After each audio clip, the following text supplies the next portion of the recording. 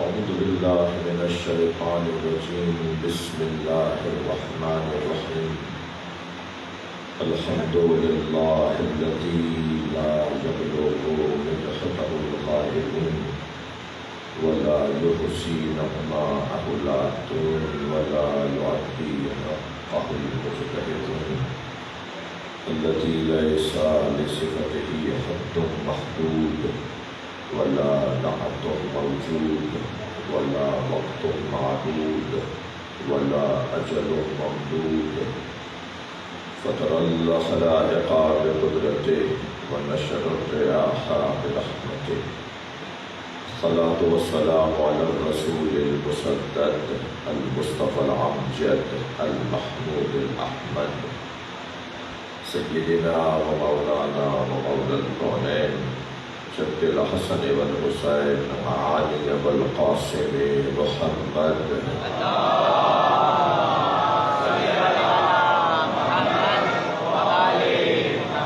وآله الطيبين الطاهرين المعصومين الذين قال الله إنما يريد الله ليذهب عنكم الرجس أهل البيت ويطهركم تطهيرا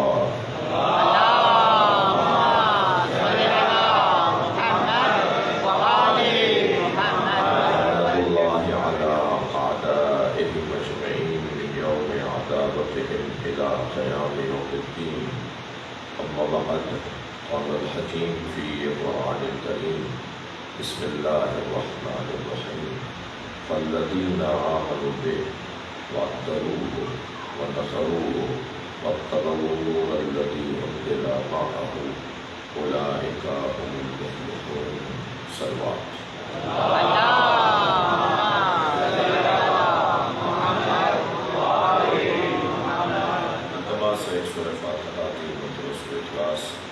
شہید میر ناصر علی ابن ناطق حاضرین کے برحمین شہداء ملت شہر کے وہ افراد خاص طور پر جنہوں نے قومی ملی انسانی خدمات انجام دی ہیں اور آج ہمارے درمیان نہیں ہیں ان سب کو شامل صورت فاتحہ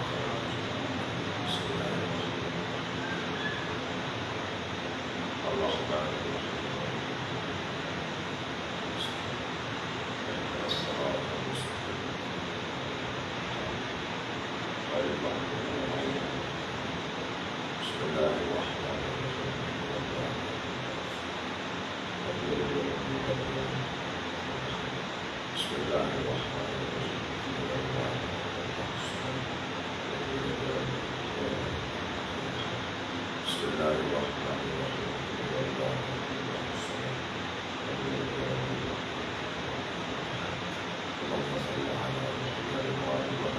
مغفرت کے لیے بلند کر سکتا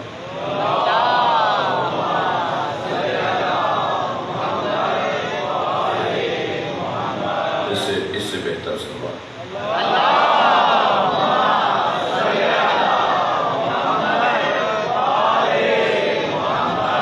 سورہ مبارکہ اعراف ہے اور آیت کا نشان 157 ہے۔ اللہ اپنے اس کلام میں سرکار دو جہاں سے جڑے ہوئے وابستہ متعلق لوگوں کی تعریف کر رہا ہے۔ سب تعریفیں اللہ کے لیے ہیں اور اس اللہ نے جس کی تعریف کی ہو اسے محمد کہا ہے۔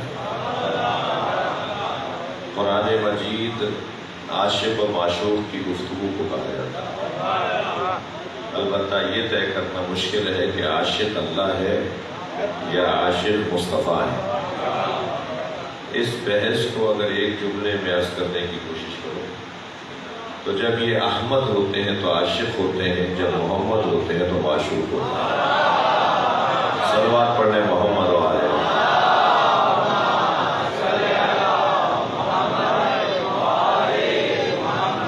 اچھا، کیونکہ عاشق کو اپنے معشوق میں کمال ہی کمال نظر آتا ہے، اس کا عیب وہ نہیں دیکھتا۔ اچھا، تھوڑا سا میں محسوس کر رہا ہوں کہ یہ لفظ ممبر کا لفظ ہے نہیں اور میں نے استعمال بھی کر دیا۔ دو لفظوں کو اتنا استعمال کیا گیا ہے کہ اس کو خراب کر دیا نااہل لوگوں نے. ایک ناکام سیاستدانوں نے لفظ سیاست بدنام کیا اور ایک نامراد عاشقوں نے لفظ عشق بدنام کیا. ورنہ پوچھے کوئی علامہ اقبال سے کہ عاشق کسے کہا جاتا. جتنا زیادہ علامہ نے عشق کے اوپر بات کی ہے نا شاید ہی کسی نے کی ہو. بے خطر ٹوٹ پڑا آتش نمرود میں عشق، عقل ابھی محو تماشائے لبے بہم رہی. عقل تو جمع تفریق کرتی رہی اور عشق نے کام کر بھی دیا. علامہ اقبال کا یہ کہنا ہے. پھر اقبال کا ایک اور شعر بختیار بھائی، مجھے یہ جو ہم نماز پڑھتے ہیں روزہ رکھتے ہیں، یہ جو مجلس میں شوق اس جلوس میں اس شغف کے ساتھ شریک ہوتے ہیں کہ ہمیں اپنی پرواہ نہیں ہوتی، اس منظر کو شاید علامہ نے دیکھ لیا. وہ کہتے ہیں کہ عشق پر اعمال کی بنیاد رکھ، عشق پر اعمال کی بنیاد رکھ. بھائی دوسرے مصرے پہ آپ کی توجہ چاہوں گا. عشق پر اعمال کی بنیاد رکھ، عقل کو تنقید سے فرصت نہیں. صلوات پڑھ لیں ذرا نبی اور آل نبی.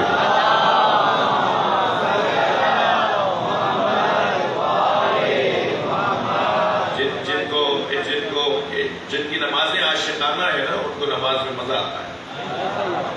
جن کے روزے عاشقانہ ہیں انہیں وہ مستحب روزے بھی نہیں چھوڑتے، وہ صرف حرام روزے چھوڑتے ہیں. یعنی عید والے دن کا روزہ، عیدین کے روزے وہ روزہ رکھنا اس دن حرام ہے، تو وہ روزے نہیں رکھتے. باقی وہ سارے روزے رکھتے ہیں جن کو روزے رکھنے میں لطف آتا ہو، ذائقہ آتا ہو. یہ آپ نے غور کیا کہ جس کو جس کام سے عشق ہوتا ہے اس کام میں بندہ ہوتا ہے. معاف کیجیے گا ممبر سے مجھے کچھ اور باتیں تو بچوں کو سکھانی نہیں ہے، اچھی باتیں سکھانی ہے.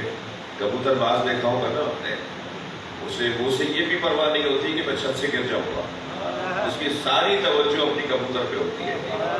تو وہ جو عاشق ہوتا ہے نا اس کی ساری توجہ اپنے معشوق پر ہوتی ہے. لائن لگائے کھڑے تھے سارے، لیلا سے دلیا بانٹ رہی تھی. جیسے ہی مجنون نے اپنا پیالہ آگے کیا تو اس نے اس کا پیالہ چھینا اور زمین پہ دے مارا، پیالہ ٹوٹ گیا. سب نے کہا تم خواہ کی باتیں کرتے تھے کہ یہ تم سے پیار کرتی ہے، تم سے پیار ہے، یہ کہنے مجھے سے تو پیار ہے، کسی اور کا پیالہ توڑا. عاشق اس اعتبار سے وہ صرف مثبت چیزیں دیکھتا ہے. سلوات پڑھ لیں ذرا نبی اور آل نبی.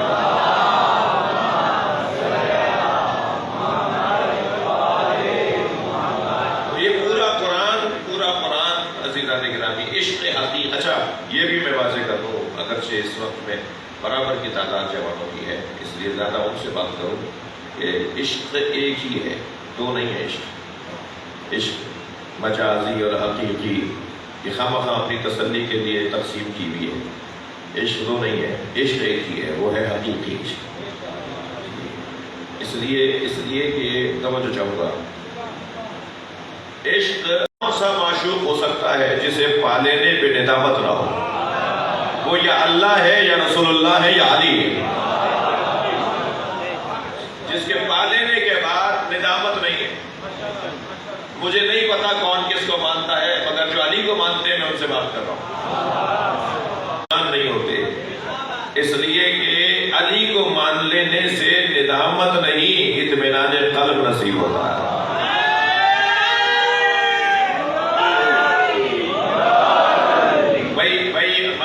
جس سے عشق ہو رہا ہو، بات آ گئی ہے تو اب ذرا سن لیجیے دو چار جملے. جس سے عشق ہو رہا ہو اس کے اندر کمال ہی کمال ہونا چاہیے، ورنہ تو یہ اس سے کیوں اس سے کیوں نہیں. اگر اسی سے پیار ہے، اسی سے عشق ہے، اسی کے دیوانے ہوئے جا رہے ہو، اسی کے نام پر مر مٹ رہے ہو، تو اس کے اندر سارے کمال ہونے چاہیے.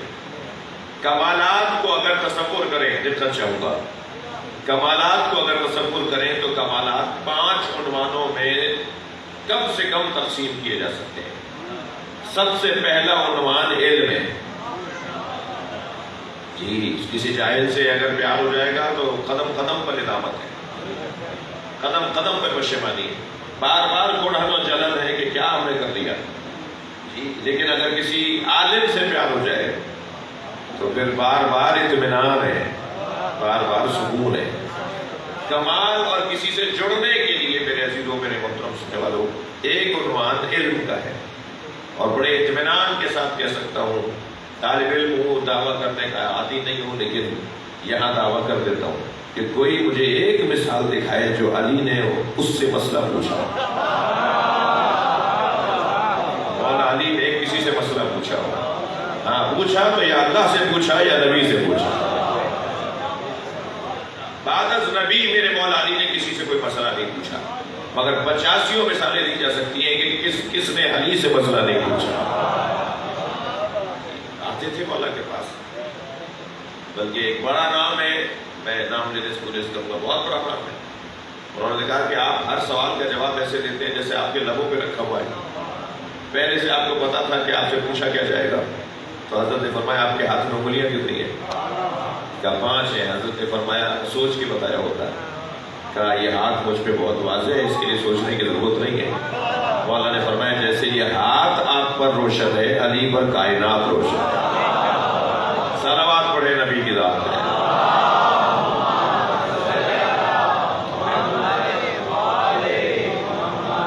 توجہ کر رہے ہیں؟ ایک عنوان میں بات کی ہے تو اس کو ذرا دکھا دوں کہ علم عشق کا ایک ذریعہ ہے، یعنی اگر میں لفظ بدل کے کہوں کہ انسان فطری طور پر کمال طلب ہے، انسان فطرتاً کمال جو ہے، ہر شخص چاہتا یہ ہے کہ کمال سے اس کا تعلق ہو، جہاں کمال دیکھتا ہے وہاں وہ راغب ہونے لگتا ہے۔ کمال کسی کے نزدیک علم ہے تو وہ اہل علم سے دوستی کرتا ہے، کمال کسی کے نزدیک سخاوت ہے تو وہ اہل دل سے دوستی کرتا ہے، کمال کسی کے نزدیک شجاعت ہے تو وہ بہادروں سے تعلقات بناتا ہے، کسی کے نزدیک کمال کرسی اور منصب ہے تو وہ صاحبان منصب سے دوستی کرتا ہے، کسی کے نزدیک کمال شہرت ہے تو وہ مشاہیر سے تعلقات بناتا ہے۔ اللہ نہیں چاہتا تھا کہ لوگ در در کی ٹھوکریں کھائیں، اللہ نے سارے کمالات ایک ہی گھر میں رکھ دیا، تمام تر کمالات کا مجموعہ اللہ نے اس گھرانے کو بنا دیا۔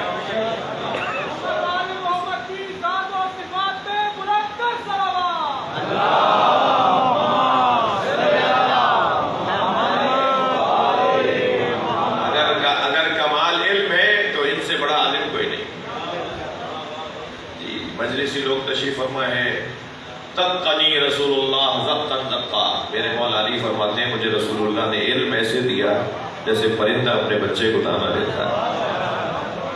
چاہتے تو فرما دیتے کہ جیسے ماں اپنے بچے کو دودھ پلاتی ہے، یہ نہیں فرمایا، یہ نہیں فرمایا، یہ مثال نہیں دی کہ جیسے ماں بچے کو دودھ پلاتی ہے ایسے رسول اللہ نے مجھے علم دیا ہے، بلکہ فرمایا جیسے پرندہ اپنے بچے کو دانا چگاتا ہے، جیسے بچے کو پرندہ دانا چگاتا ہے ایسے مجھے رسول اللہ نے علم عطا کیا ہے۔ اس لیے کہ ماں جو کھاتی ہے وہ پلاتی نہیں ہے، ماں کھاتی کچھ اور ہے، پلاتی دودھ ہے، جو پلا رہی ہوتی ہے اس نے وہ کھایا نہیں ہوتا ہے، لیکن پرندہ جو کھا کر آتا ہے وہی کھلاتا ہے۔ رسول اللہ جیسے اللہ سے لیتے تھے ایسے ہی مجھے دیتے ہیں۔ علم علی کے باب میں یہ عنوان بڑا حسین ہے کہ علی مولا کے پاس جتنا علم ہے وہ لعاب مصطفیٰ ہے۔ جی ناراض ہوئے ایسے شخص پہ جس نے آپ کے علم کو نبی کے علم کے برابر کہہ دیا، جسے قرآن نے نبی جیسا کہا ہو، جسے قرآن نے نبی جیسا کہا ہو، جسے نبی نے اپنے جیسا کہا ہو، وہ خود نہیں کہتا کہ میں نبی جیسا ہوں۔ یہ ہے ادب علی، کبھی نہیں کہا کہ میں نبی جیسا ہوں، بلکہ اگر کبھی کسی نے کہہ بھی دیا تو ناراض ہوئے۔ جب کسی کا آپ کا علم نبی کے علم کے برابر ہے، فرمایا ھذا لعاب النبی، میرا علم لعاب نبی ہے، میں نبی کے علم کے برابر علم نہیں رکھتا۔ حق تھا کہ علی اپنے آپ کو کہہ دیتے کہ میں نبی جیسا ہوں، اس لیے کہ اللہ اور رسول نے کہا یہ ہم جیسا ہے، یہ نبی جیسا ہے، اللہ نے کہا یہ نبی جیسا ہے، رسول اللہ نے کہا یہ نبی جیسا ہے، مگر علی نے خود کو نہیں کہا۔ یہ ہے ادب۔ علی جب خود کو نبی جیسا نہ بولے تو یہ امت میں کون ہے جو یہ کہتے ہیں نبی ہم جیسے؟ یہ کس میں جرأت ہے کہ جو یہ کہے نبی ہم جیسے ہیں؟ بہت ہی بے ادبی کی بھی حدیں ہیں تو یہ کہا جائے کہ نبی ہم جیسے ہیں. کیا تم جیسا ہے بھائی؟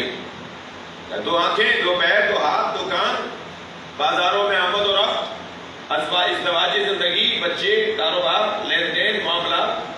تو اگر یہی بات ہے تو پھر کہہ دوں کہ شمر تم جیسا ہے،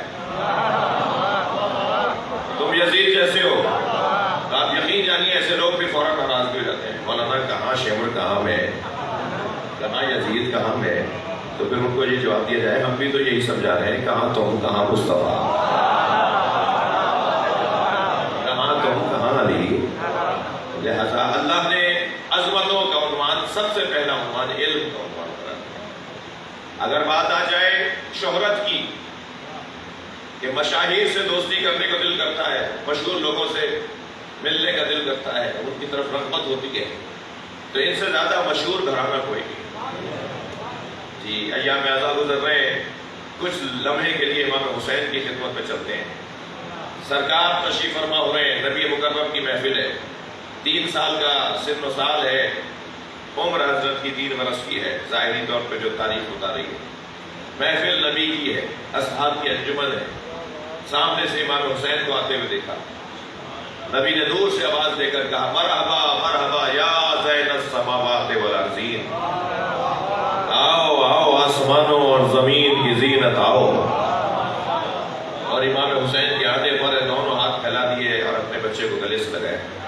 ابھی امام حسین نانا کے برابر میں بیٹھے ہی تھے کہ ایک صحابی محترم کی آواز آئی، یا رسول اللہ آسمانوں اور زمین کی زینت تو آپ ہیں، آپ کے علاوہ کون ہے زمین اور آسمان کی زینت؟ تو فرمایا الحسین فی السماء اکبر منہ فی الارض، میرا حسین آسمانوں پر زمین سے زیادہ بڑا ہے. وَمَكْتُوبٌ عَلَى يَمِينِ الْعَرْشِ، حدیث سنا رہا ہوں آپ کو. وَمَكْتُوبٌ عَلَى يَمِينِ الْعَرْشِ إِنَّ الْحُسَيْنَ مِصْبَاحُ الْهُدَى وَسَفِينَةُ النِّجَاةِ. اور عرش کے اوپر لکھا ہوا ہے، توجہ، میں ایک نتیجہ لینا چاہوں گا. میرے محترم سننے والوں کے چہرے کی تراوٹ بتا رہی ہے کہ مولائیوں کا مجمع ہے، فضائل سننا چاہتے ہیں. تو یہ فضائل کا باب ایک حسین باب ہے. لکھا ہوا ہے یمین عرش پر، عرش کی سیدھی طرف لکھا ہوا ہے ان الحسین مصباح الہدی وسفینۃ النجات، حسین چراغ ہدایت ہے اور کشتی نجات ہے. سوال کر لوں محترم سننے والوں سے، جس کا گھر ہوتا ہے تختی بھی اسی کے نام کی ہوتی ہے. صلوات پڑھ لیں ذرا محمد وآلہ وآلہ.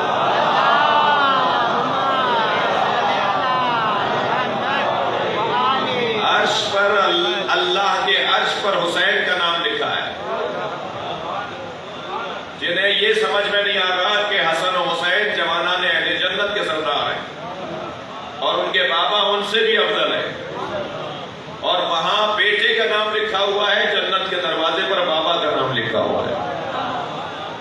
جنت کے 8 دروازوں پر علی ولی اللہ تک کلمہ لکھا ہوا ہے. سبحان اللہ. اچھا میں جتنا بڑا شیعہ ہوں اتنا ہی بڑا سنی بھی ہوں. یہ بات یہی واضح کر دیتا ہوں. تو کوئی ایسی بات نہیں کروں گا ممبر سے جو دونوں کی کتابوں میں نہ ہو. صلوات پڑھنے ذرا محمد وآلہ.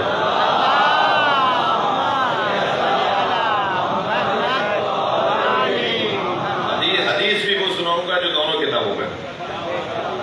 اس لیے کہ جب آپ نے امام بارگاہ کے دروازے پہ یہ لکھا ہی نہیں ہے اور لکھنا بھی نہیں چاہیے اور لکھتے بھی نہیں ہیں، اور کیوں لکھیں، اور کوئی نہیں لکھتا کہ اس میں صرف شیعہ آئیں گے.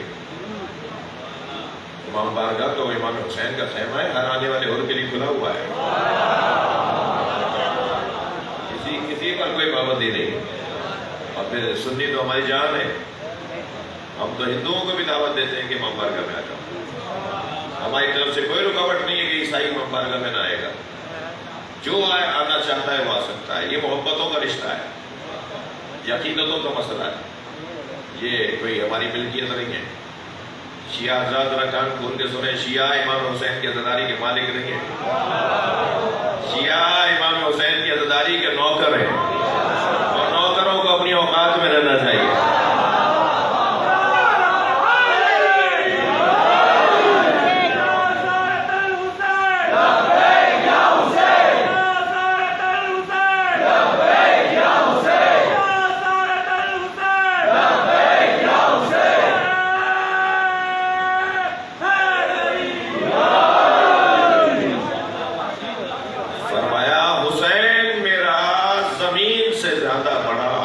پر ہے۔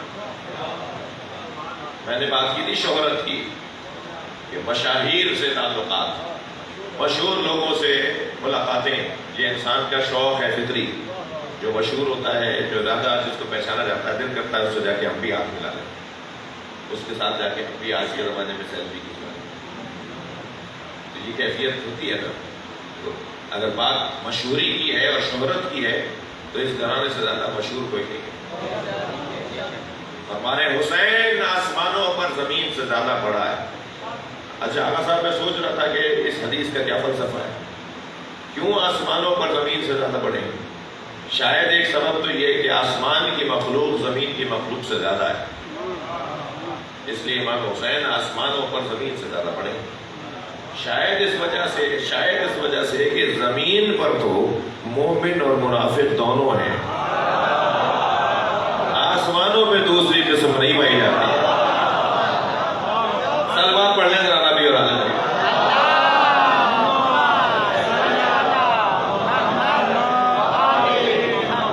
آسمانوں پر صرف اور صرف خالص لوگ پائے جاتے ہیں، اور ان لوگوں میں مشہور ہونا زیادہ بڑا اور اہمیت کا حامل ہے۔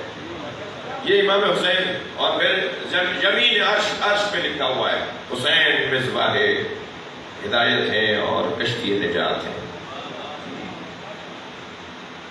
یہ اتنا پسندیدہ مضمون ہے میرا کہ اگر اسی پہ ٹھہرا رہا ہوں تو میرا وقت جو ہے زیادہ چاہیے مجھے۔ ان کی شہرت کہاں کہاں ہے، کہاں کہاں ہے۔ کبھی کبھی ہمیں خود پسندی کی کا وائرس لگتا ہے کہ صاحب ہمیں سب جانتے ہیں، لیکن اس وقت بڑا مزہ آتا ہے جب کوئی کہ آپ کون ہے، جی تو بڑا مزہ آتا ہے اس وقت، کوئی تو ملا جو کہہ رہا ہے آپ کون ہے۔ تو یہ کوئی ایک گھرانہ بتائیے کہ جنہیں سب جانتے ہو، سب جانتے ہو، جنہیں فرشتے جانتے ہو، جنہیں جن پہچانتے ہو، جنہیں طیور پہچانتے ہو، وحوش پہچانتے ہو، جنہیں دابہ اور چلنے اور رینگنے والے جانتے ہو، جنہیں پھول پتی پودے پہچانتے ہو۔ شہد کی مکھی کو اپنے ہاتھ پر اٹھا کے سرکار نے فرمایا تم کڑوا رس لے کے میٹھا کیسے بناتی ہو؟ پھولوں کا رس تو کڑوا ہوتا ہے کہ اتنا زیادہ میٹھا کیسے ہو جاتا ہے؟ تو کہنے لگے یا رسول اللہ آپ پر اور آپ کی اولاد پہ صلوات پڑھیں۔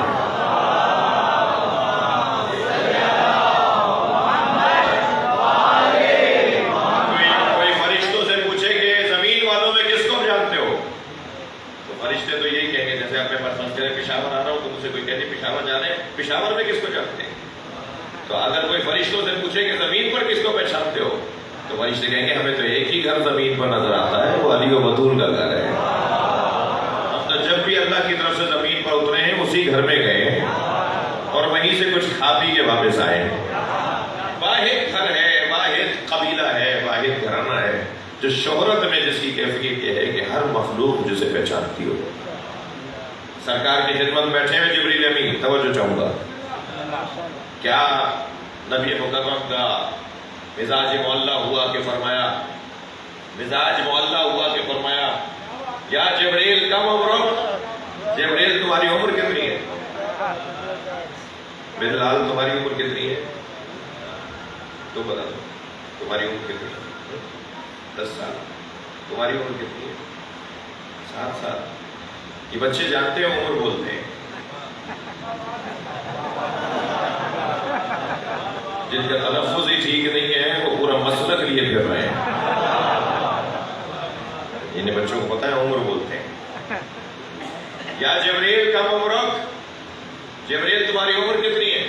فرمایا یا رسول اللہ نجم یطلع من السماء بعد 70,000 سنہ، ایک ستارہ ہے جو 70,000 سال بعد نکلتا ہے، میں نے اسے 70,000 مرتبہ دیکھا ہے، میں نے اس ستارے کو 70,000 مرتبہ دیکھا ہے۔ فرمایا آج دیکھو گے تو پہچان جاؤ گے؟ کہ یا رسول اللہ 70,000 مرتبہ دیکھا ہے، ایک لمحے میں پہچان جاؤں گا کہ یہ وہی ستارہ ہے۔ سامنے سے علی آتے نظر آئے، بھائی گردن ہلا دیجیے گا بات جا رہی ہو۔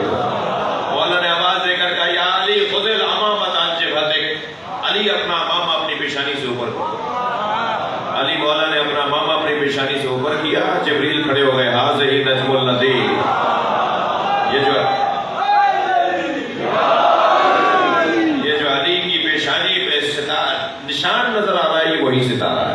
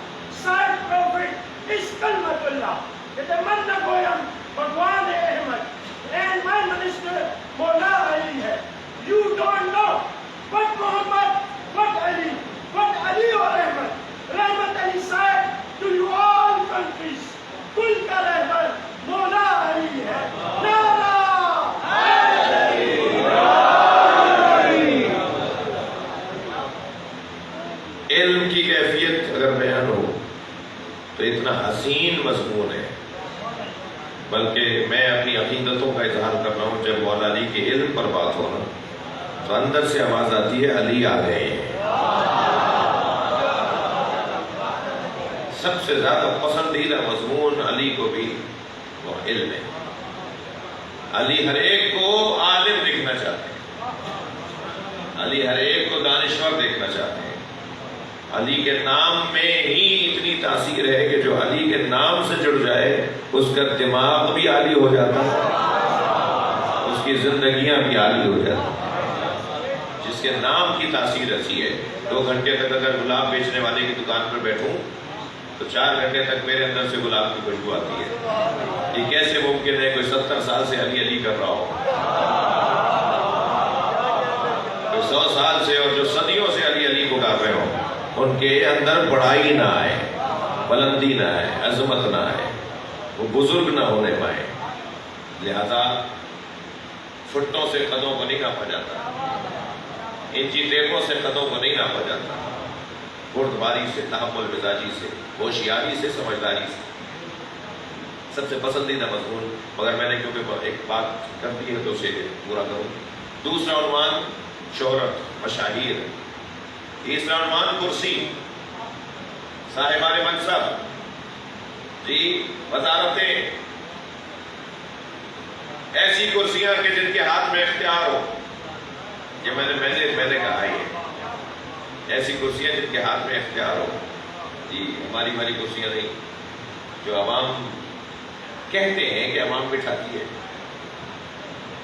اور وہ اگر کرسی پر بیٹھ بھی جائیں تو پھر عوام اتارتی نہیں ہے.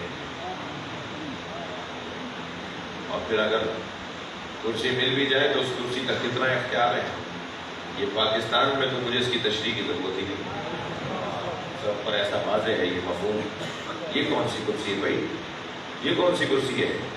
کرسی ہو تو پھر کرسی ہونا جس کو دینے کا اعلان غدیر میں کیا جا رہا ہے. کرسی ہو تو پھر ولایت کی کرسی ہے، کرسی ہو تو پھر اہتمام کے ساتھ دی جا رہی ہو، اور پھر دینے والا ہی دیتا ہے، کوئی اور اس کو پھر چھین نہیں سکتا. یعنی جس نے دیا ہے اسی نے دیا ہے، کسی اور کی چیز نہیں ہے وہ کہ کوئی اور چھین لے گا. اب یہ کرسی رکھنے والا چاہے پھٹے بوریے پر بیٹھا ہو، چاہے ٹوٹے جھلنگے پہ بیٹھا ہو، مگر کائنات پہ ولایت رکھتا ہے. اس کے اشارے پہ چلے گی ساری کائنات، اس کے اختیار میں ہوگا سارا نظام الہیہ. اللہ کی مملکت کا وزیر خاص قرار پائے گا جسے اللہ ولایت کی کرسی عطا کر رہا ہے. یہاں ولایت بھی ہے، امامت بھی ہے، نبوت بھی ہے، رسالت بھی ہے، حجیت بھی ہے. ساری کرسیاں آسمانی یہیں پر ہیں. لہذا حق ہے نا کہ پھر انہی سے پیار کیا جائے.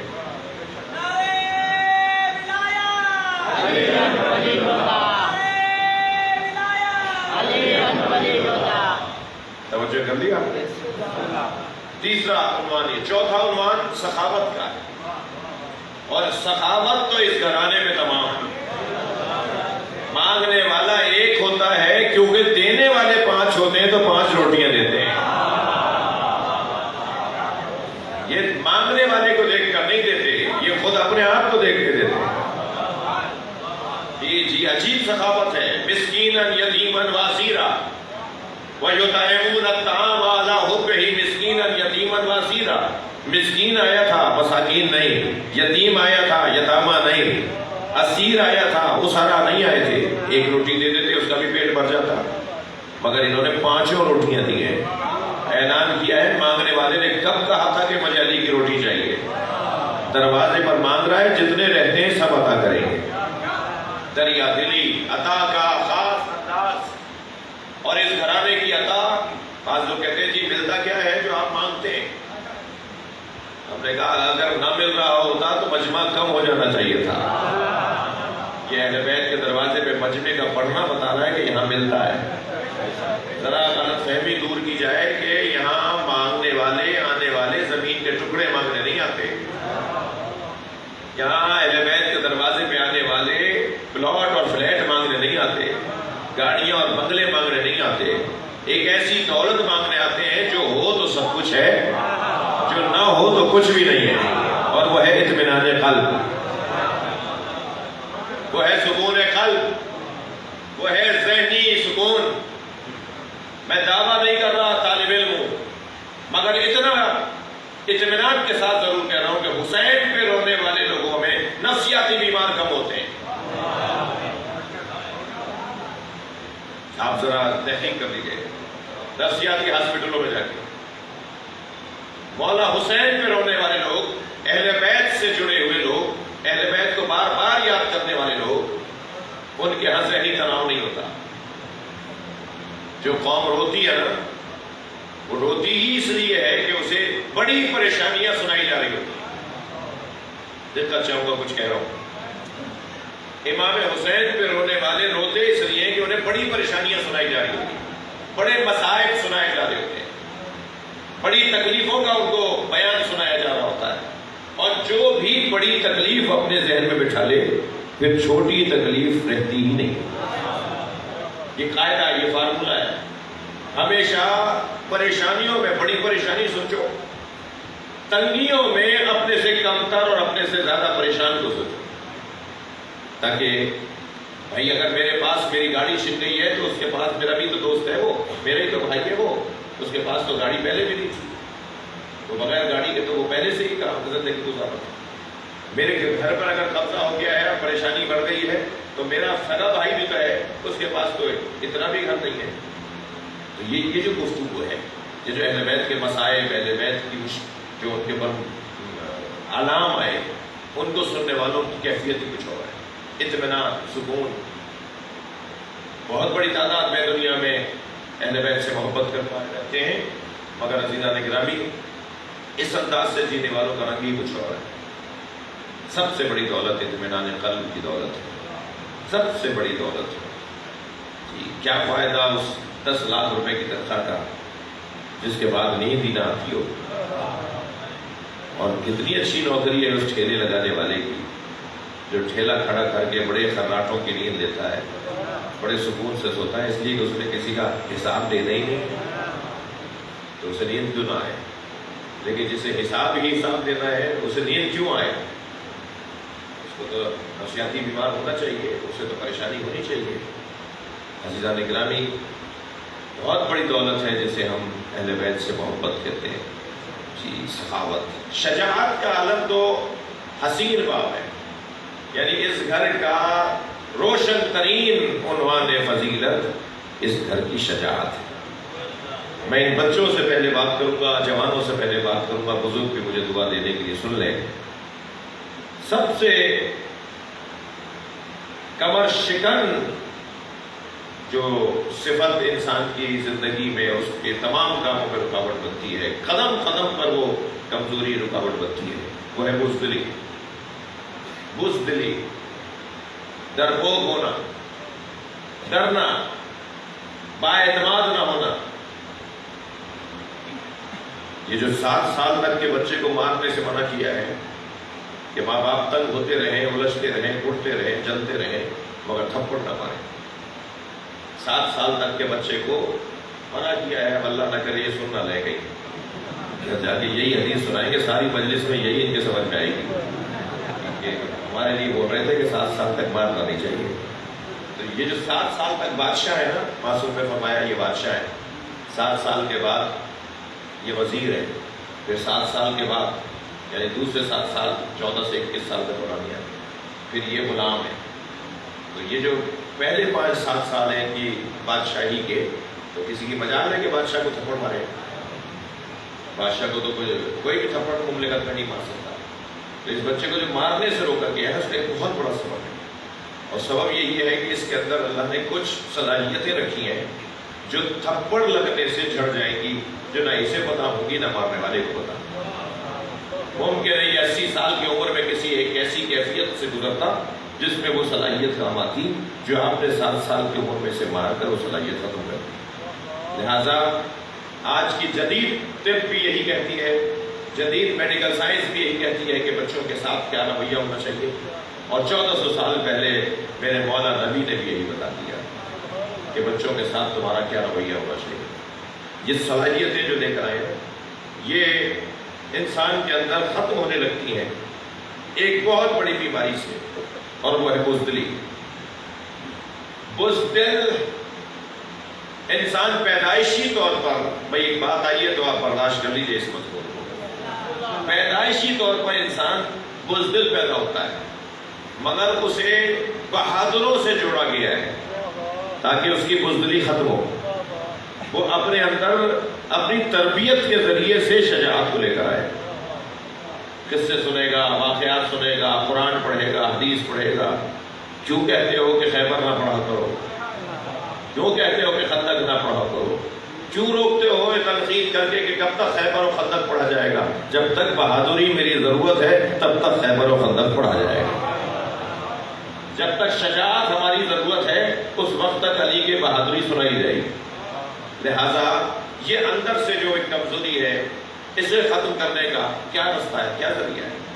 بہت بڑی کمزوری ہے نہ، یہ پڑھائی میں یہ رکاوٹ ڈالتی ہے بزدلی، نوکری میں یہ رکاوٹ ڈالتی ہے، کاروبار میں یہ بزدلی رکاوٹ ڈالتی ہے، قومی فیصلے لینے میں یہ کمزوری رکاوٹ ڈالتی ہے۔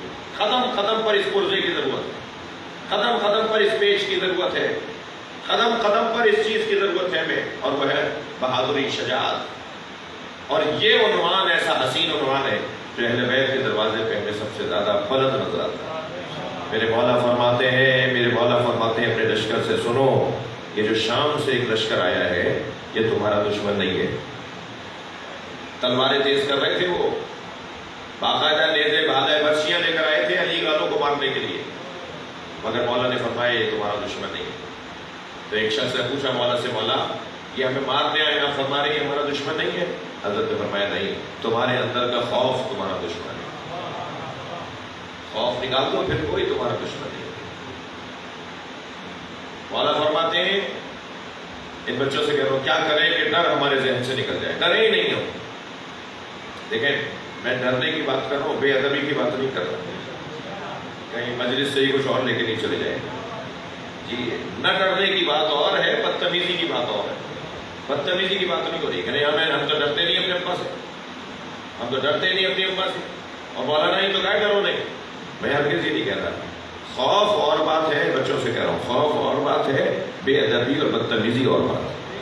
یہ بدتمیزی کا پیغام نہیں دیا جا رہا، خوف، ڈر، گھبراہٹ، اس طرح دھڑکنیں بڑھ جانا، ہمت نہ کرنا صحیح کام کرنے کی، اچھا کام کرنے کے لیے پریشان ہو جانا، حق پر بھی ہو مگر سچ بولتے ہوئے ڈرنا، یہ کیفیت کیسے ختم ہوگی؟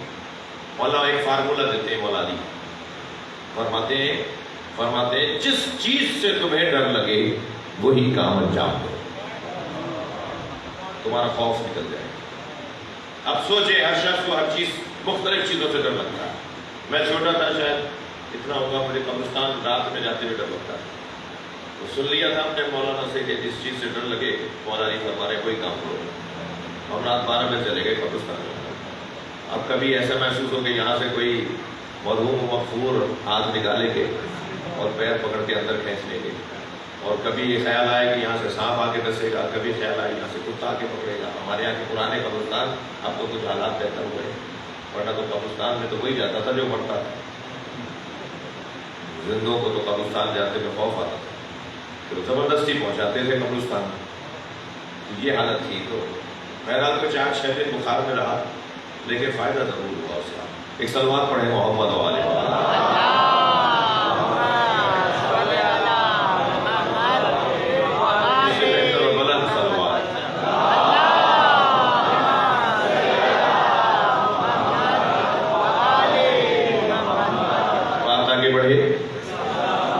نبی سے جڑے ہوئے لوگوں کی اللہ تعریف کر رہا ہے۔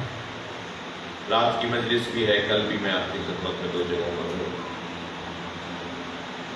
نبی سے وابستہ لوگوں کو اللہ چاہتا ہے، نبی سے جو جڑ جائے اللہ ان سے محبت کرتا ہے، اللہ ان سے پیار کرتا ہے۔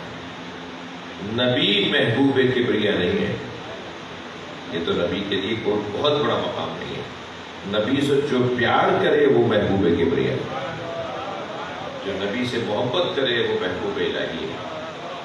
نبی سے پیار کرنے والوں کا مقام بہت بلند ہے، انہیں وہ کبھی رضی اللہ تعالی عنہم کہہ کر پکارتا ہے، کبھی وہ رضوان اللہ تعالی علیہ کہہ کے پکارتا ہے، کبھی انہیں درود و سلام سے یاد کرتا ہے۔ جو نبی مکرم سے جڑ جائیں اللہ انہیں اختیارات سونپ دیتا ہے۔ نبی سے جڑنے والوں کا مقام بہت بلند ہے، ان ہستیوں میں، ان شخصیات میں جس نے جتنی محنت کی ہے اللہ نے اس کو بڑا مقام دیا ہے۔ لہذا درجے بنا دیے ان کے، کوئی 10ویں درجے پر ہے، کوئی 9ویں درجے پر ہے، کوئی 8ویں درجے پر ہے۔ پھر نبی کو دیکھنے والوں کا خاص مقام ہے، نبی جنہیں اپنے قریب بٹھاتے ہوں ان کا خاص مقام ہے، جنہیں پکارتے ہوں اور بلاتے ہوں ان کا خاص مقام ہے۔ نبی کی زیارت کرنے والوں کے لیے میرے مولا امام سجاد علیہ السلام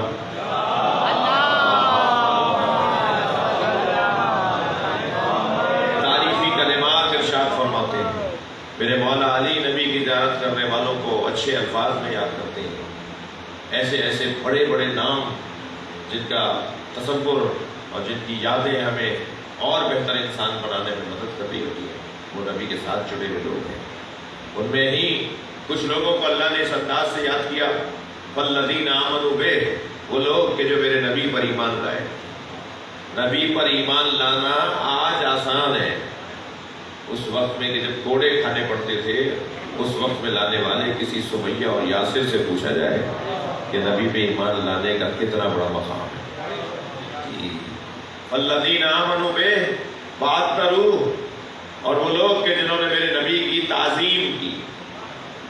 تعظیم کرنے والے ایمان لانے والوں کے بعد بیان کیے گئے۔ ایمان لانا پھر آسان ہے، مگر تعظیم کرنا، احترام کرنا، اپنے جیسا نہ ماننا، اپنے اوپر حاکم ماننا، ان کی بات پر بات نہ کرنا، ان پہ کبھی شک نہ کرنا، یہ اس سے بڑا کام ہے جو ایمان لانے والے کا کام ہے۔ والذین آمنوا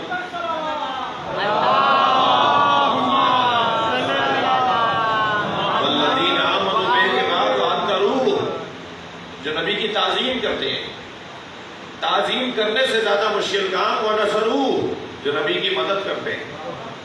تعظیم کرنا پھر آسان ہے، مدد کرنا اس سے زیادہ مشکل کام ہے۔ کھڑے ہو کر احترام کرنا، ہاتھوں کا بوسہ لے لینا بھی تعظیم ضرور ہے، مگر چلو ذرا دشمن سے لڑنے چل رہے ہیں یہ نہیں کر سکتے، یہ نہیں ہو پائے گا ہم سے۔ تو تعظیم تو اس نے کی، بے ادبی کوئی نہیں کی، مگر نبی کی مدد بھی نہیں کی، لہذا بات آگے بڑھے گی۔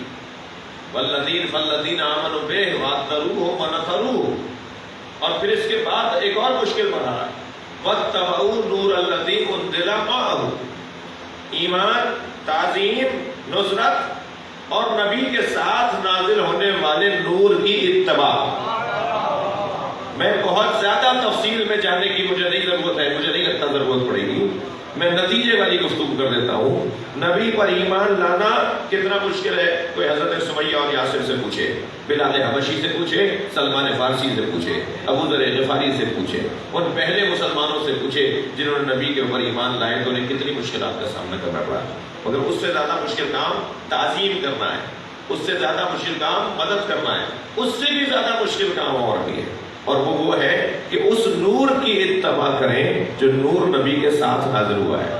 میں اگر کھول کر دوں ماشاءاللہ، میں اگر کھول کر کہہ دوں، واضح انداز سے کہہ دوں، نبی پر ایمان لانے سے زیادہ مشکل تعظیم، تعظیم سے زیادہ مشکل مدد کرنا، اور مدد کرنے سے زیادہ مشکل عزیزان گرامی علی کے ساتھ چلنا. یہ نور جس کے ساتھ چلنے کا اللہ حکم دے رہا ہے، وہ نور علی مولا کا حکم ہے. ضرورت ہے تو آگے کی مجلس میں اس کی وضاحت کی جائے. وَاتَّبَعُوا نُورَ الَّذِي أُنزِلَ مَعَهُ، اور اتباع کرتا ہو اس نور کی جو نبی کے ساتھ نازل ہوا ہے. انا وعلی من نور واحد، میں اور علی ایک نور کے دو ٹکڑے ہیں. اللہ نے سب سے پہلا میرا نور بنایا اور میرے نور کا ٹکڑا کیا. اچھا، سیدہ کا نور علیحدہ بنایا، حسن امام حسین مولا کا نور علیحدہ بنایا، مگر نبی کے نور سے ٹکڑا کر کے علی بنایا. کیا حکمت ہے اس کے اندر؟ جیسے نبی کا علیحدہ نور بنایا ایسے مولا علی کا نور علیحدہ بنا دیتا، جیسے سیدہ کا نور علیحدہ بنایا ایسے مولا علی کا نور علیحدہ بنا دیتا. لیکن اللہ نے نبی کے نور کا ٹکڑا کر کے دوسرے ٹکڑے کو نام علی دیا ہے. ایک کا نام محمد، ایک کا نام علی. یہ اس کے اندر حسین فلسفے ہیں، حسین پیغامات ہیں. ایک روشن پیغام تو یہ ہے جو ٹکڑا ہو جائے، جو جز بن جائے، وہ جز کا محتاج ہوتا ہے، اور جو محتاج ہو جائے وہ سمد نہیں ہوتا، جو سمد نہیں ہو وہ اللہ نہیں ہوتا. تم جو چاہو علی کو بولو مگر اللہ اور رب نہ بولو. صلوات پڑھے محمد و آل محمد.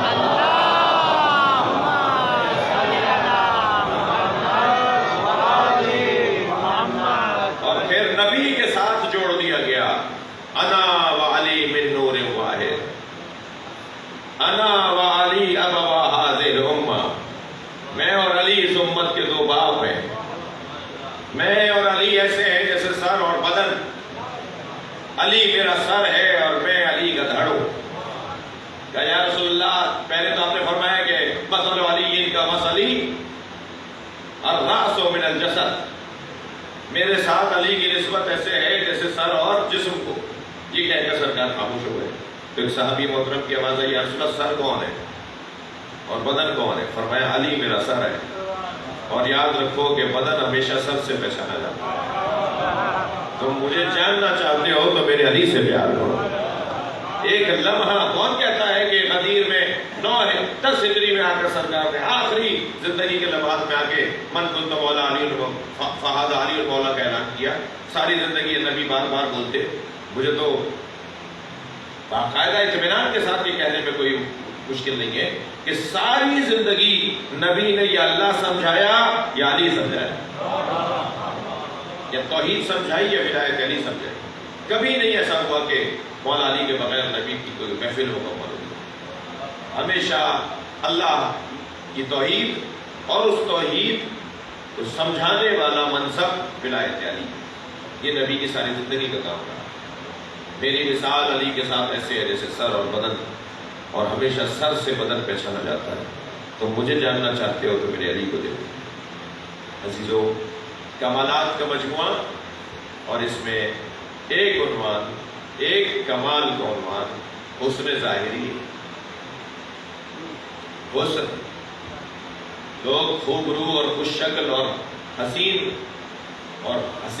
منظروں کی طرف متوجہ ہوتے ہیں. یہ انسان کی فطرت ہے. البتہ فطرت بے لگام ہونے لگے تو شریعت کی لگام آ جاتی ہے. فطرت کو بے لگام بھی نہیں ہونے دیتا. لیکن یہ جو حسن کی طرف توجہ ہے یہ انسان کی فطرت ہے. اللہ نے یہ کمال بھی اس گھر پہ کمال پہ رکھا ہے. لہذا جتنی بھی ہستیاں اس گھر کی ہیں وہ حسن ظاہری میں اپنی مثال نہیں رکھتے. 50 جملوں پر ایک جملہ کہہ دیتا ہوں. جس علی کے بچے حسن و حسین ہو، اس علی کا اپنا حسن کیسا ہے؟ صلوات پڑھیں مولا حسن کی ذات پر.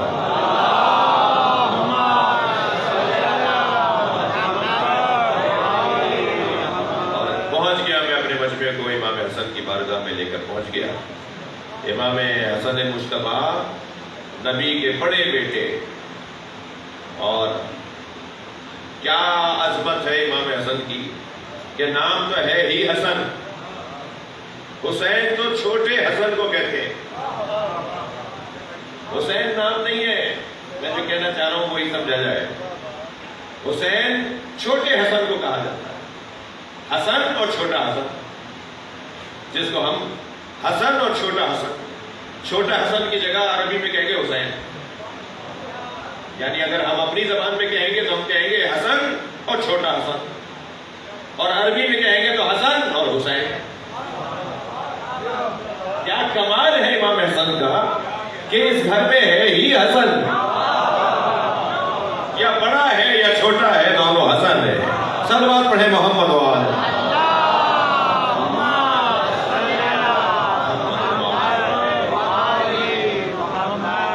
اس ہستی کو اللہ نے بڑی عظمتوں سے سرفراز فرمایا۔ شاید رات کی مجلس میں امام حسن کے بارے میں کچھ امام کی خدمت میں رہنے کی کوشش کروں گا۔ کمالات ہی کمالات، سبت اکبر مصطفیٰ، نبی کے بڑے بیٹے، نبی کے بڑے بیٹے۔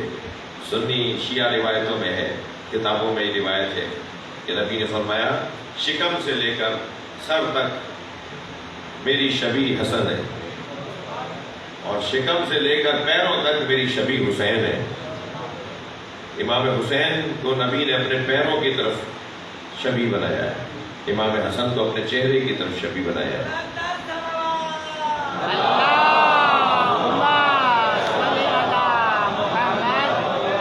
امام حسین کو نبی نے اپنے قدموں سے مشابہ اس لیے قرار دیا کہ نبی کے استقامت حسین میں ہے، اور امام حسن کو چہرے کی طرف اس لیے مشابہ قرار دیا کہ نبی کا حسن امام حسن میں ہے، اور دونوں شہزادوں کو ملائیں گے تو نبی مکمل ہوں گے۔ لہذا اللہ نے کمالات میں ایک کمال بشری زندگی کا شہادت کو قرار دیا ہے۔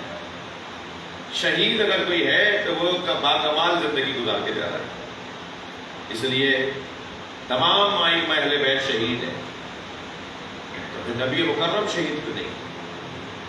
نبی شہید کیوں نہیں ہوئے؟ اس لیے کہ ادھر قرآن نے کہہ دیا تھا واللہ یعصمک من الناس، اے میرے حبیب اللہ تمہیں لوگوں کے شر سے، نقصان سے، تکلیف سے بچائے گا، کوئی شخص تمہیں نقصان نہیں پہنچائے گا، لوگوں کے شر سے اللہ بچائے گا تمہیں۔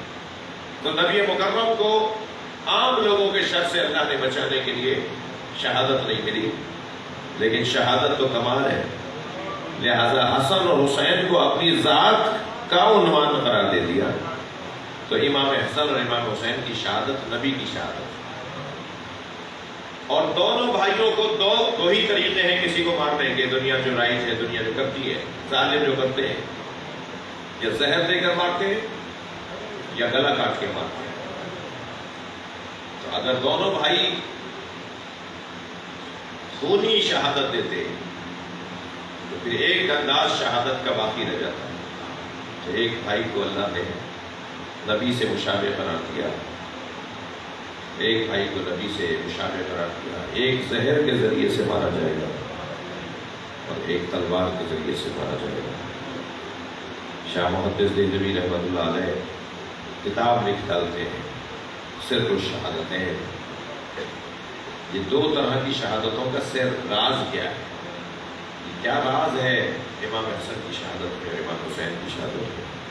صرف الشہادتین، شہادتین، دو شہادتیں۔ امام حسن کو نہیں مارا، نبی کو مارا ہے، امام حسین کو نہیں مارا، نبی کو مارا ہے۔ یہ حسن مولا کی شہادت نبی کی شہادت ہے۔ کربلا میں حسین کے گلے پہ چھری نہیں چل رہی، بلکہ نبی کو شہید کیا جاتا ہے۔ جی، امام حسن اور امام حسین کی برادری کی جو نسبت ہے، اس میں مصیبتوں میں دونوں بھائیوں میں بڑا فرق ہے۔ جی، کچھ بھی تھا، حسین کربلا میں مارے گئے، مگر امام کے کسی ظاہری چاہنے والے نے امام کو یہ کہہ کر نہیں پکارا اے مومنین کو ذلیل کرنے والے. یہ امام حسن کی مظلومیت ہے، یہ امام حسن کی مظلومیت ہے. یا مذل المومنین کہہ کر امام حسن کو تکلیف پہنچائی گئی.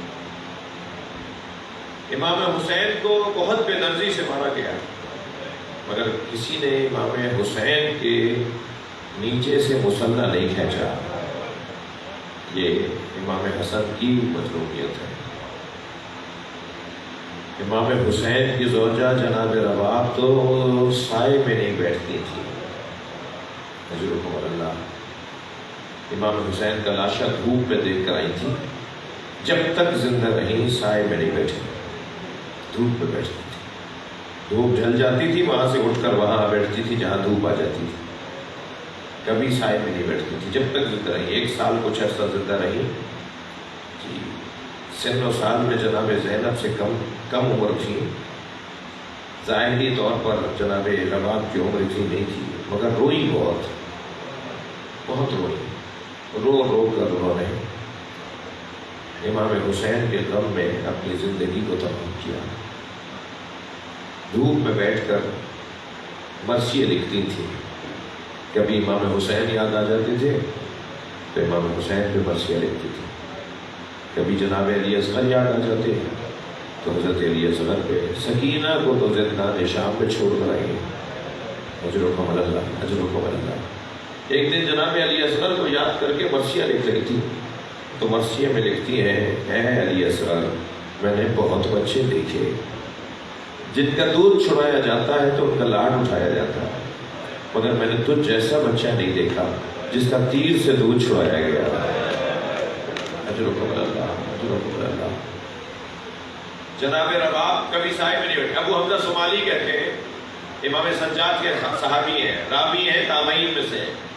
وہ کہتے ہیں واقعہ کربلا کے بعد مجھے کچھ سوالات امام سجاد سے پوچھنے تھے، ان کا حل نکالنا تھا. کچھ علمی گتھیاں تھیں جو سلجھانی تھی امام سے سوال کر کے. تو مجھے کنیز نے صحن خانہ سے گزار کے حضرت کے حجرے میں پہنچایا. جب میں صحن سے گزارا جا رہا تھا تو میں نے دیکھا ایک برقع پہنے بیوی ہے جو دھوپ میں بیٹھی ہے. کہتے ہیں بہت دیر میں نے امام سجاد سے سوالات کیے اور جب میں واپس جانے لگا تو پھر مجھے کنیز نے ذہن سے گزارا تو میں نے کیا دیکھا کہ دھوپ ڈھل گئی ہے اور وہ بیوی جو وہاں پہلے دھوپ میں بیٹھی تھی وہاں سے اٹھ کر وہ دھوپ میں آ کے بیٹھ گئی. اسے جگہ بدلی ہے اس لیے کہ دھوپ نے جگہ بدلی ہے. تو کہتے ہیں میں کھڑا ہو گیا تو امام سجاد کی آواز آئی ابو حمزہ کیا سوچ رہے ہو؟ ابو حمزہ کیا سوچ رہے ہو؟ تو میں نے ہاتھ جوڑ کر کہا مولا شاید کسی غلطی پر آپ نے اپنی کنیز کو سزا دی ہے. مدینے کی گرمی بڑی شدید ہے، مولا اسے معاف کر دیجیے. امام کی آنکھوں میں آنسو آ گئے. فرمائے میری ماں رباب ہے، میرے بابا کے لاشے کو دھوپ میں دیکھ کر آئی ہیں تو میرے بابا کے لاشے سے وعدہ کر کے آئی ہیں جب تک زندہ رہوں گی کبھی سائے میں نہیں بیٹھوں. جب چلے گئے نا جناب ابو حمزہ صومالی تو امام سجاد جیسے بچے اماموں کے ساتھ بیٹھتے ہیں نا ایسے آ کر بیٹھ گئے اور فرمانے لگے اماں آپ تو غیر بھی کہتے ہیں اس سائے میں آ جائیے. تو کانپتی ہوئی آواز میں بولی اے زین العابدین حرملہ مارا گیا جس نے میرے بچے کے گلے پہ تیر مار دیا، جس نے میرے شوہر کے سینے پہ تیر مارا، جس نے عباس کے مشکیزے پہ تیر مارا. اجرکم اللہ اجرکم اللہ. عزیزو جناب امام حسین کی زوجہ کا امام سے پیار، امام سے محبت، امام سے عشق کیسا تھا وہ آپ نے دیکھا کہ جب تک زندہ رہی کبھی سائے میں نہیں بیٹھی. مگر غربت امام حسن بھی تو دیکھیے، خود زوجہ امام حسن کو زہر دے رہی ہے. یہ بہت بڑی غربت ہے امام حسن کی. خود زوجہ امام حسن کو زہر دے رہی ہے. روزے سے تھے امام حسن، افطار میں زہر دیا گیا ہے. ذرا تصور تو کریں، ایک مرتبہ ہاتھ پیر کانپنے لگ جائیں اگر تصور کر لیا جائے. جب ایک گھونٹ امام حسن کو زہر ملا تو آپ نے گلاس کاسا واپس رکھتے ہوئے فرمایا تیری مراد اس سے پوری ہو جائے گی، جو تو چاہتی ہے وہ پوری ہو جائے گی. زہر کیسا زہر تھا کہ جگر کے کٹ کٹ کے ٹکڑے باہر آئے. کیا پلایا گیا امام حسن کو کہ امام کو قے کے ذریعے جگر باہر آنے لگا. امام حسین تشت لیے بیٹھے تھے، امام حسن قے کر رہے تھے اور جگر باہر آ رہا تھا کہ اچانک کسی نے آواز دی کہ زینب آ رہی ہے. اجرکم اللہ اجرکم اللہ. آپ کی ہائے کہہ کے جب آواز بلند ہوتی ہے نا، اس کا ایک خاص ایک روحانیت ہے اس کی ہے۔ اللہ آپ کو کسی غم میں نہ رلائے، سوائے غم اہل بیت میں رونے رلانے والوں میں فرق ہے۔ جیسی آواز دی نا کہ زینب آ رہی ہے، تو امام حسن نے فرمایا بھائی حسین یہ تشت یہاں سے اٹھا لو، زینب سے برداشت نہیں ہوگا، زینب برداشت نہیں کر پائے گی۔ میں مولا کی بارگاہ میں ہاتھ جوڑ کے کھڑا ہو جاؤں، مولا آپ کی بہن کا بڑا حوصلہ ہے، یہ کبھی ماں پہ جلتا ہوا دروازہ دیکھتی ہے، کبھی نانا کا جنازہ دیکھتی ہے، کبھی بابا کی میت دیکھتی ہے، کبھی بھائی حسن کے جنازے پہ تیر دیکھتی ہے، اور یہ تو آگے جا کے ایک اور منظر بھی دیکھے گی، ایک ٹیلا ہوگا جس میں کھڑی ہو کر حسین کو ذبح ہوتے دیکھے گی، آوازیں دیتی رہے گی کوئی ہے جو میرے ماجائے کو بچائے، اجرکم اللہ اجرکم اللہ، کوئی ہے جو میرے ماجائے کو بچائے۔ اس وقت میں امام حسین سے بولا تو نہ جائے گا، مگر ہاتھ سے اشارہ کر کے کہیں گے زینب خیمے میں چلی جاؤ، زینب واپس خیمے میں چلی جاؤ۔ حکم امام پاکا جناب زینب خیمے میں تو آ گئی رونے والوں، مگر کچھ ہی دیر کے بعد زینب کبریٰ کو ایک خبر ملی، اور خبر یہ تھی کہ نیزے کی انی پہ حجت خدا کا سارا ہے۔ اجرکم اللہ اجرکم اللہ، رونے کے ایام ہیں، ایام عزا ہے، اور نہ جانے آئندہ سال ہماری زندگیوں میں امام حسین کے یہ ایام لکھے یا نہیں لکھے۔ لہذا میرے بچوں جوانوں، میرے بزرگوں، مجلس اسی انداز سے ہونی چاہیے جیسے آپ کر رہے ہیں۔ اللہ آپ کو اجر و ثواب عطا فرمائے۔ مجھے نہیں پتا کہ آئندہ کیا لکھا ہے ہماری زندگیوں میں، مجھے سوال ہے تاریخ کے صفحے سے کہ جناب زینب کو کس نے بتایا کہ حسین مارے گئے؟ کیسے پتہ چلا کہ حسین مارے گئے؟ بی بی کو امام حسین کا اشارہ ملا تو آپ خیمے میں چلی گئی، مگر کس نے آ کر بتایا؟ یا تو زمین کربلا کے زلزلے نے بتایا، روایت کہتی ہے زمین ہلنے لگی جب گلے پہ خنجر چل رہا تھا، سیاہ آندھیاں چلنے لگی جب امام حسین کے گلے پہ خنجر چل رہا تھا، اور پھر جا کر بھتیجے کا بازو ہلایا، زین العابدین اٹھو دیکھو یہ آندھی کیسی ہے، یہ زلزلہ کیسا ہے؟ تو امام نے فرمایا پھوپھی اماں خیمے کا پردہ ہٹائیے اور مجھے سہارا دے کے کھڑا کیجیے۔ ایک پھوپھی نے بھتیجے کو سہارا دیا تو نیزے کی انی پہ حسین کا سر نظر آیا، تو دور سے آواز دے کر کہا السلام علیکہ یا ابا عبداللہ۔ اس طرح سے پتہ چلا کہ حسین مارے گئے، یا کوئی اور بھی رستہ تھا، کوئی اور رستہ تھا جس کے ذریعے پتہ چلا کہ امام حسین مارے گئے؟ صفحہ اور بھی ہے، تاریخ کا ایک اور صفحہ بھی ہے۔ حسین جب گھوڑے سے گرے تو امام نے آواز دے کر کہا ذوالجناح ذوالجناح ذوالجناح، میں نے تجھے کبھی چابک نہیں مارا ہے، میں نے کبھی تجھے ایڑ نہیں لگائی، اے ذوالجناح میری سکینہ پیاسی ہے، ایسے کھڑا ہو جا کہ میری بچیاں مجھے ذبح ہوتے نہ دیکھیں۔ سب جھکتا ہے جو میں بیان کرنے جا رہا ہوں۔ ایک مرتبہ پسر ساتھ کی آواز آئی، حسین نے گھوڑے کی زین چھوڑ دی ہے، ذوالجناح کو پکڑ کر لاؤ۔ میں نے بچپن میں نبی کو اس پہ بیٹھے دیکھا ہے، میں اسے تبرک کے طور پر اپنے پاس رکھوں گا۔ سپاہی ذوالجناح کو پکڑنے لگے، ذوالجناح حسین سے دور ہوتا چلا گیا۔ اپنی حفاظت میں 80 سپاہیوں کو ذوالجناح نے زخمی کیا۔ جب کسی کے قابو میں نہیں آ رہا تھا تو پھر آواز دی گئی چھوڑو اسے، دیکھو کرتا کیا ہے۔ جب سپاہی پیچھے ہٹے نا تو اس نے دائیں بائیں دیکھنا شروع کیا، اسے اندازہ ہوا امام حسین سے دور ہو گیا ہے، تو دوڑا ہے اسی طرف جہاں اتارا تھا، مگر اسے آنے میں دیر ہو چکی تھی، حسین کی گردن کاٹی جا چکی تھی، میدان کربلا میں لاشیں بکھرے ہوئے تھے۔ یہ کیسے پہچانے کہ میرا مالک کون سا ہے؟ تو یہ ہر لاشے کو سونگھتا تھا، گھوڑا لاشوں میں جا کر کھڑا ہو گیا اور ہر لاشے کو سونگھنے لگا، ایسا لگ رہا تھا جیسے اپنا پھول تلاش کر رہا ہو، اور سونگھتے سونگھتے اسی لاشے پہ رکا جو حسین کا لاشا تھا۔ امام کی رگوں سے خون نکل رہا تھا، اس نے اپنی پیشانی پہ حسین کا خون لگایا، رنگین کی پیشانی، اور زمین کربلا پہ ایسے پیر مار رہا تھا جیسے ماتم کر رہا ہو، گلے سے ایسے آواز نکال رہا تھا جیسے نوحہ پڑھ رہا ہو۔ اور اب یہ کیا کرے گا کہ ایک مرتبہ اس نے دوڑنا شروع کیا خیمہ گاہ کی طرف۔ بس آخری جملہ کہہ کر مجلس اپنے بیان کو مکمل کر رہا ہوں۔ عزادارو یہ خیمے کی طرف روانہ ہوا تو یہ ڈھونڈ رہا تھا کہ سکینہ کہاں ہے۔ بہت سنا ہوگا آپ نے کہ بیٹیوں کو باپ سے پیار ہوتا ہے، باپ بھی بیٹیوں سے بہت پیار کرتے ہیں۔ میں نے کربلا کے مقتل میں دیکھا زلجنا ڈھونڈ رہا تھا سکینہ کون سے خیمے میں ہے، اسی خیمے میں جا کے رکا جس میں بی بی سکینہ تھی۔ اور پھر جب اپنے پیر زمین پر اس نے مارے ہیں، بی بی کو بابا کے گھوڑے کی آہٹ سنائی دی تو باہر آئی ہیں تو ایک عجیب منظر دیکھا ہے، گھوڑا اکیلا کھڑا ہے، گھوڑے کی پشت پر حسین نہیں ہے، اور گھوڑے کی کیفیت ایسی ہے کہ حسین اب واپس آنے والے نہیں ہیں۔ قربان جائیں سمجھداریاں، عقل مندیاں، فراست اور فہم جناب سکینہ کے نام نامی پر انتہائی وقار کے ساتھ قدم اٹھایا اور گھوڑے کے قریب آئی۔ گھوڑے نے گردن چھپا دی، گردن پہ ہاتھ رکھ کر ایک ہی سوال کیا، یا جواد و ابی، اے میرے باوفا، اے میرے بابا کے باوفا گھوڑے، کیا اعزاز ہے ذوالجلال کا کہ جناب سکینہ جسے باوفا کہہ رہی ہے، اے میرے بابا کے باوفا گھوڑے، یا جواد و ابی السقیا ابی ام قتل عطشانا، مجھے بس اتنا بتا دے پانی پلا کر مارا یا میرے بابا کو پیاسا مار دیا؟ میرا بابا پیاسا بہت تھا، میرا بابا پیاسا بہت تھا۔ اللہ لعنت اللہ علی الظالمین۔ یا اللہ ان آوازوں پر رحمت نازل فرما، اس شہر پر اپنا کرم نازل فرما، مرحومین کی مغفرت فرما، ہم سب کی عاقبت بخیر فرما، امام زمانہ کے ظہور میں تعجیل فرما۔ ربنا آتنا فی الدنیا حسنۃ وفی الآخرۃ حسنۃ وقنا عذاب النار۔ الہی و سیدی و مولائی، سورہ فاتحہ شہید ناصر علی ابن سے نادر علی اور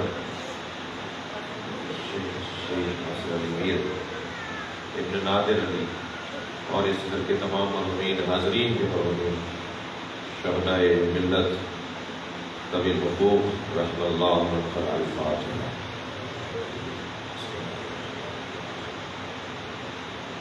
الرحمن الرحیم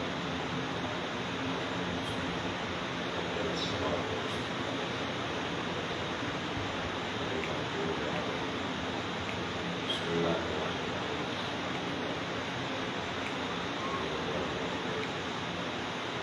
الرحمن